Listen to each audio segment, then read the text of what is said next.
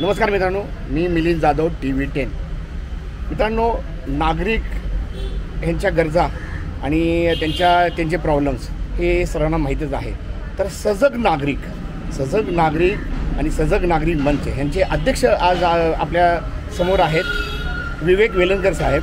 तर विषय असा आहे की महानगरपालिका नागरिकांची अगदी जवळचा त्यांचा संबंध येतो।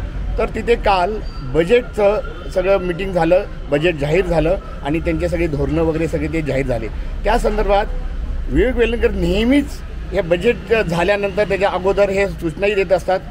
विशेष करून आता मागचं बजेट जे झालं, ज्यावेळी विक्रम कुमार साहेब होते त्यावेळी त्यांनी 5,500च्या आसपास जे काही थकीत 5,500 कोटी जे प्रॉपर्टी टॅक्स आहे ते थकीतबद्दल त्यांनी जाणीव करून दिली होती आणि सूचनाही करून दिली होती। मित्रांनो, विशेष करून विवेक वेलणकर साहेब हे असे आहेत की नुसते सजग नागरिक मंचाचे ते अध्यक्षच असं नाही आहेत, सजग नागरिकही आहेत, पण ते अभ्यासू आहेत आणि परखडपणे ते आपलं मतही मांडतात आणि सूचनाही देतात। नुसते प्रॉब्लेम सांगत नाही तर सूचनाही देतात। आज ते हे ज्या बजेटच्या नंतर त्यांचं काय म्हणणं आहे हे आपण त्यांच्याकडनं जाणणार आहोत। एक मिनटं। तर मित्रांनो, विवेक वेलणकर सर, बोला सर, काय तुमचं म्हणणं आहे? हे बजेट प्रचंड फुगवलेलं आहे। मला काही कळत नाही, गेली 4-5 वर्षे आम्ही बघतोय की बजेट रिअलायझेबल असावं ही खरी अपेक्षा असते। म्हणजे केंद्राचं असतं, राज्याचं असतं, पण पुणे महापालिकेचं बजेट हे फक्त फुगवटा असतो। त्यातलं 70% बजेट पण कधी आजपर्यंत इम्प्लिमेंट होऊ शकलेलं नाही। असं असता सुद्धा वर्षानुवर्षे हे फुगे का उडवले जातात हे समजत नाही। दुसरा भाग त्यातला असा आहे की या बजेटमध्ये म्हणजे कुठलंही बजेट करताना पहिली प्रायोरिटी द्यायला पाहिजे डेव्हलपमेंट प्लॅनची, ज्या प्लॅन डेव्हलपमेंट्स आहेत। मग ते रुग्णालयं असतील, ती मैदानं डेव्हलप करणं असेल, त्या शाळा डेव्हलप करणं असतील, ती रस्ते डेव्हलप करणं असेल, हे डेव्हलपमेंट प्लॅनमध्ये आम्ही गेले अनेक वर्षापासून नुसतं लिहून ठेवलं आहे, पण प्रत्यक्षात त्याच्यावर बजेट पडत नाही। बजेट पडतं त्या इतर कुठल्या तरी फालतू गोष्टींवर किंवा कोणीतरी दबाव म्हणून सांगितलेल्या गोष्टींवर, पण जे प्लॅन डेव्हलपमेंट आहे ती होतच नाही। आणि त्यामुळे आजही परिस्थिती अशी आहे, अनेक डेव्हलपमेंट प्लॅनमध्ये कबूल केलेले रोड्स, मग ते पुण्याच्या डेव्हलपमेंट प्लॅनमध्ये असोत किंवा ते समाविष्ट गावांच्या जी 97 साली ताब्यात आली त्या गावांमध्ये असोत। उदाहरणार्थ धायरीच्या डेव्हलपमेंट रोडचा आजही दंगा सुरू आहे, त्या लोकांना आजही ते डेव्हलपमेंट रोड झालेले नाहीत। आज 24-25 वर्ष होऊन गेली धायरी पुण्यामध्ये सामील होऊन, तरी हे रोड होत नाहीत आणि तरीही बजेटमध्ये त्याच्यासाठी तरतूद पडत नाही, हे दुर्दैव आहे। भूसंपादनासाठी प्रचंड तरतुदीची गरज आहे, ती अतिशय अल्प तरतूद केलेली आहे, त्यातनं रस्ते खूप कमी विकसित होतील ही वस्तुस्थिती आहे। त्याच्याही पुढे जाऊन एक अतिशय विचित्र या बजेटमध्ये तरतूद आहे, ते म्हणजे 300 कोटीचे कर्जरोखे महापालिका उभारणार आहे। ज्या महापालिकेकडं स्वतःच्या 3,000 कोटी रुपयांच्या ठेवी वेगवेगळ्या बँकांमध्ये आहेत की ज्याच्यावर 6-6.5% व्याज महापालिकेला मिळत नाही, पण महापालिका आज 9-10% कर्ज घ्यायला निघाली आहे, 300 कोटी ते सुद्धा। म्हणजे स्वतःचे 3,000 कोटी 6.5% गुंतवायचे आणि बाजारातनं 9-10% कर्ज उचलायचं, हे फक्त तुघलकच करू शकला असता, पण आमचं महापालिका हे तुघलकाचा बाप आहे का काय अशी आता शंका वाटायला लागली। अगदी महत्त्वाचा मुद्दा तुम्ही उचललेला आहे सर। नागरिकांचा थोडा सजग नागरिक मंच ह्या संदर्भात काही प्रश्न आहेत की तुमच्यासारखे सजग नागरिक मंच आणि त्यांचे अध्यक्ष हे त्यांना काही सूचनाही देत असतात का, आणि त्याच्या तुमच्या सूचनेकडे दुर्लक्ष होते असं वाटतं का सर तुम्हाला? नाही, मुळात असंख्य सूचना त्यांच्याकडं नागरिकांच्या बजेटच्या सूचनांमधनं पण आलेल्या असतात, पण त्यांच्याकडं फारसं लक्ष ते देत नाहीत किंवा अगदी त्याची तरतूद केली तरी ती इम्प्लिमेंट करत नाहीत। ही वस्तुस्थिती गेली अनेक वर्ष लक्षात आलेली आहे, कारण त्यांना असं वाटतं की जे काही विजडम आहे या अख्ख्या शहरातलं ते फक्त पुणे महापालिकेत एकवटलेलं आहे। त्यामुळे बाहेरच्या लोकांना एकतर विजडम असायचं काही कारण नाही, त्यांचं म्हणणं ऐकायचं त्याहून कारण नाही। त्यामुळे प्रत्येकजण स्वतःच चालवत राहतो आणि त्यातनं बजेट जे निघतं ते मात्र खूप विचित्र प्रकारचं येतं। हे आता आपण उदाहरणं त्याची पाहिली। सर, दुसरा एक मुद्दा असा आहे की सर्वांना भ्रष्टाचारमुक्त भारत पाहिजे, भ्रष्टाचारमुक्त महानगरपालिका पाहिजे। भ्रष्टाचार जर मुक्त झाला तर हे बऱ्यापैकी सगळे प्रॉब्लेम जवळजवळ सॉल्व्ह होतील। असं असताना महानगरपालिकेमध्ये सुद्धा भ्रष्टाचार चालू आहे हे सर्वांनाही माहीत असून सुद्धा काही लोक जर काही नवीन काही गोष्टी आणतात, उदाहरणार्थ बॉडी कॅमेरा किंवा CCTV, तर ह्याची पायमल्ली होताना असं दिसतं आहे। विशेष करून जे काही अधिकारी आहेत त्यांच्या केबिनमध्ये CCTV असायला हवा।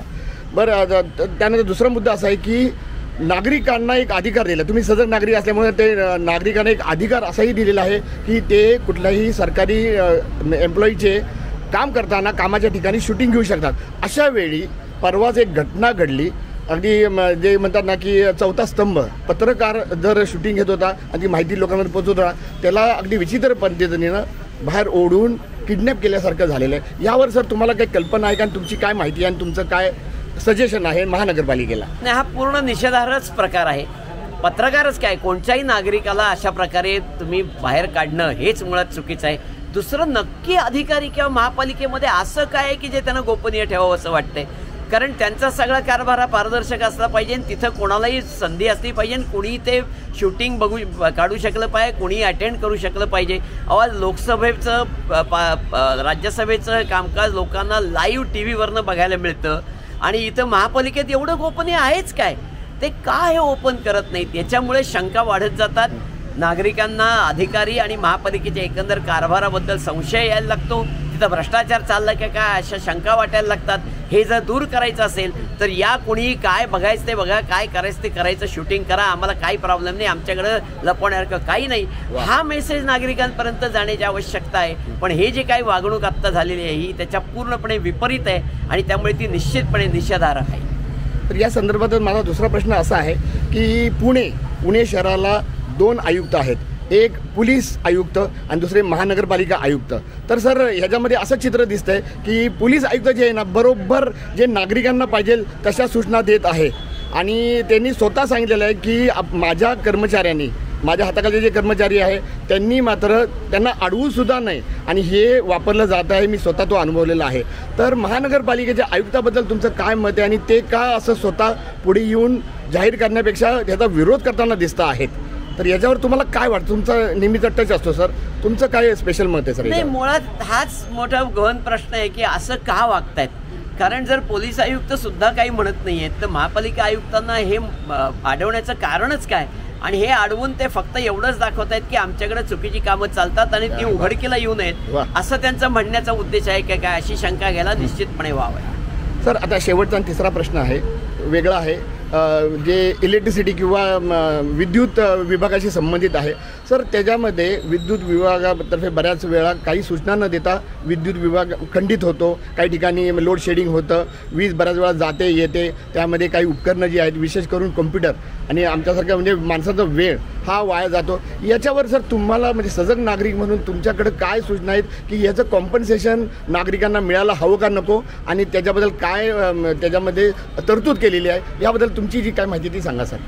नाही, मुळात 2 भाग आहेत. याच्यातलं शेड्यूल्ड आउटेज जे असतं म्हणजे गुरुवारी आम्ही लाईट घालवणार आहोत असं जर असेल तर ते लोकांना वैयक्तिक SMS गेला पाहिजे. बिल भरण्याचा SMS जसा अगदी प्रॉम्प्टली वेळेवर जातो वैयक्तिकरित्या, तसा हाही वैयक्तिक मेसेज गेला पाहिजे. ते आजही होताना दिसत नाही. समजा अचानक लाईट गेले काही कारणाने, काही टेक्निकल फॉल्ट होऊ शकतो, तर त्याचाही मेसेज लोकांना गेला पाहिजे की असा असा फॉल्ट झाला आणि साधारण किती वेळ लागेल. म्हणजे माणसं आपलं कामं प्लॅन करतात. पण या दोन्ही गोष्टी होताना दिसत नाही. जे होणं अपेक्षित आहे, ज्याकरता MERCचे त्यांना डायरेक्टिव्ह आहेत पण महावितरण ते करत नाही. तिसरं, जर खूप वेळ दिवे गेले तर त्याकरता एक कॉम्पेन्सेशनची मेथडॉलॉजी आहे, त्याच्यासाठीचं एक सर्क्युलर आहे, त्याला SOP असं म्हटलं जातं. आणि ज्यामध्ये फ्यूज गेला म्हणून जर एखादा सप्लाय बंद झाला तर शहरी भागात 3 तासात तो दुरुस्त झाला पाहिजे.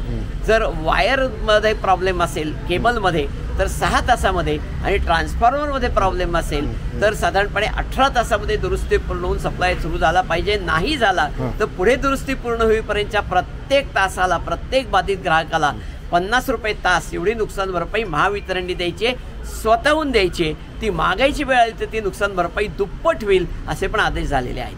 असं तुम्ही अगदी पुराणनिशी आणि अगदी सजग नागरिक म्हणून अगदी जाणीवपूर्वक सांगत आहात. नाही, त्यांच्या वेबसाईटवर आहे, मी सांगण्याची गरजच नाहीये. महावितरणच्या वेबसाईटवर हे आहे. महावितरणच्या कार्यालयांमध्ये याचे बोर्डही लावलेत बाहेर दर्शनी भागात. त्यामुळे याच्यात मी वेगळं काही सांगतोय असं नाही, फक्त लोकांना माहित नाही, हे दुर्दैव. मित्रांनो, आताच तुम्ही विवेक वेलणकर सजग नागरिक मंचाचे अध्यक्षांचे अगदी परखडपणे परत एकदा माहिती असलेल्या न माहिती असलेल्या गोष्टी आपल्याला ऐकायला मिळालेत. सर शेवटचं TV10 बद्दल मी TV10चे आभार मानणार आहे, कारण ते बऱ्याच गोष्टी आज उघडकीला आणतायत. त्यांना खूप त्रास सहन करावा लागतोय. मला असं वाटतं या पुढच्या काळात त्यांचा त्रास कमी होईल अशी मी परमेश्वरचरणी प्रार्थना करतो. तुमचा आशीर्वाद राहिला तर नक्कीच जास्त होईल. Thank you sir. चला, thank you sir. Yes yes yes.